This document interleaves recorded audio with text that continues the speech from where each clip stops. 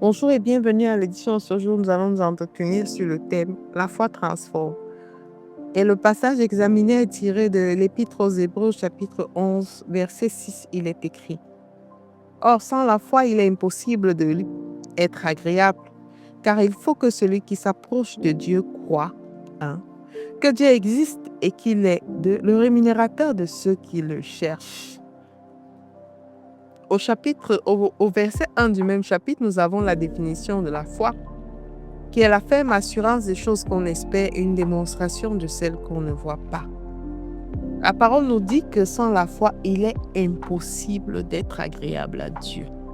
Mais beaucoup d'enfants de Dieu pensent pouvoir marcher avec la peur, avec le doute comme nous avons vu, en hésitant pour tout, en étant effrayés de tout et pouvoir en même temps obtenir de Dieu grâce pour grâce.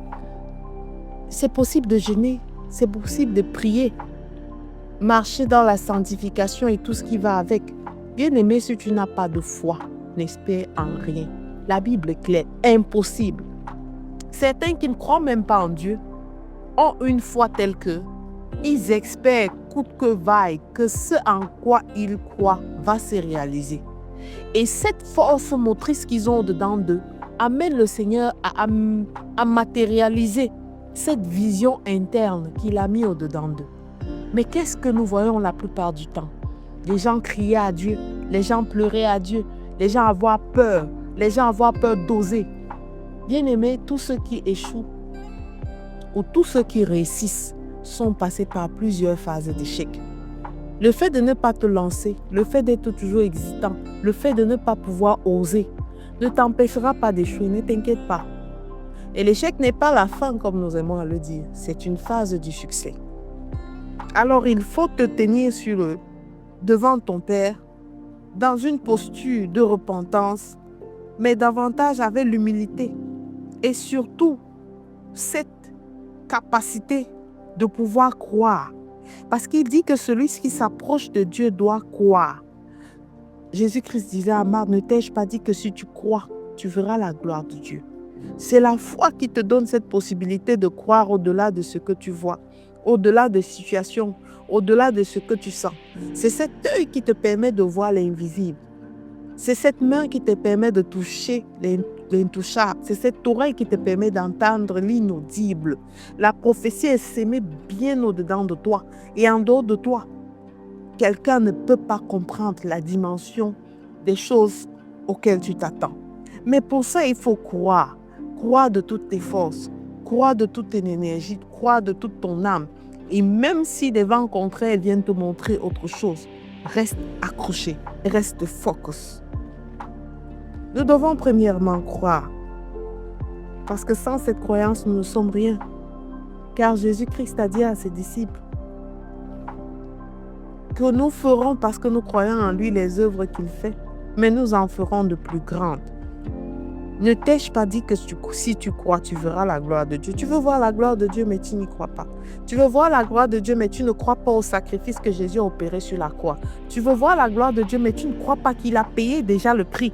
Il n'y a plus de raison pour que tu souffres. Il n'y a plus de raison pour que tu restes triste. Il n'y a plus de raison pour que tu continues à te morfondre. Il n'y a plus de raison pour que tu vives dans la culpabilité. Il a payé le prix. Crois seulement. Le deuxième aspect est qu'il est le rémunérateur de ceux qui le cherchent. Bien-aimé, comment cherches-tu Dieu? Tu le cherches dans les commentaires? Le cherches-tu au travers d'une émission télévisée? Le cherches-tu au travers d'une conversation évasive avec un serviteur de Dieu? Chacun a son alliance qu'il doit bâtir avec Dieu. Chacun a sa relation à entretenir avec Dieu.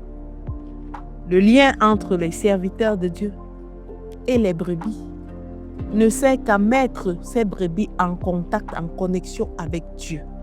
Ce ne sont pas des gourous, mais Dieu seul est le maître de nous tous. Alors toi qui cherches Dieu, toi qui veux connaître Dieu ou la pensée de Dieu pour ta vie, tu dois apprendre à méditer sa parole. Tu dois apprendre à demander au Saint-Esprit la révélation des Écritures. Ce n'est pas seulement un roman. La Bible n'est pas seulement un livre comme un autre qu'on peut ouvrir. La Bible, c'est un livre de mystère. Alors, si tu n'invites pas le Saint-Esprit afin de comprendre quelles sont les paroles de Dieu pour ta vie, si tu ne cherches pas Dieu au travers de ces paroles, il te sera difficile de le trouver. Parce que chacun va te donner une version de ce qu'il connaît. Certains même pour te manipuler, vont te donner l'impression qu'ils ont la science infuse. Certains même vont te donner des interprétations juste pour t'amener à faire des choses qui ne sont contraires au plan de Dieu pour ta vie. Alors, bien-aimé, la foi transforme. Il est temps de te lever et te dire, Seigneur, j'y crois. Et je crois à la transformation possible. Si tu crois, tu verras la gloire de Dieu. Si tu cherches Dieu, il te donnera la rémunération nécessaire pour briser les liens de pauvreté, pour briser les liens qui te retiennent captif, pour briser les liens de malédiction, pour briser les liens de pauvreté, pour briser les liens, briser tout ce qui te retenait captif. Mais seulement, il faut y croire. Arrête d'avoir contre ta personne des paroles dégradantes. Arrête de penser que tu n'es pas suffisamment fort, tu n'as pas suffisamment de moyens. Non. Arrête de penser que tu ne peux pas. Crois seulement que Jésus a mis en toi non pas un esprit de timidité, mais un esprit de force qui crie à Abba Père. Dieu n'a pas mis en toi un esprit de timidité. Le même esprit qui a ressuscité Jésus-Christ d'entre les morts vit en toi. Alléluia. Alors je veux que tu fasses cette prière ce matin avec moi, Père éternel. Je te suis infiniment reconnaissante. Affermis-moi afin que, Père éternel, j'ai une foi capable de déplacer les montagnes. Guide-moi chaque jour au travers de ta parole. Ô Saint-Esprit, ouvre mon entendement aux choses les plus cachées, aux choses que l'œil n'a point vues, que l'oreille n'a point entendues. Je bénis ton nom encore ce matin pour cette révélation. Reçois louange, honneur et gloire. Au nom de Jésus-Christ, nous avons prié. Amen, amen, amen.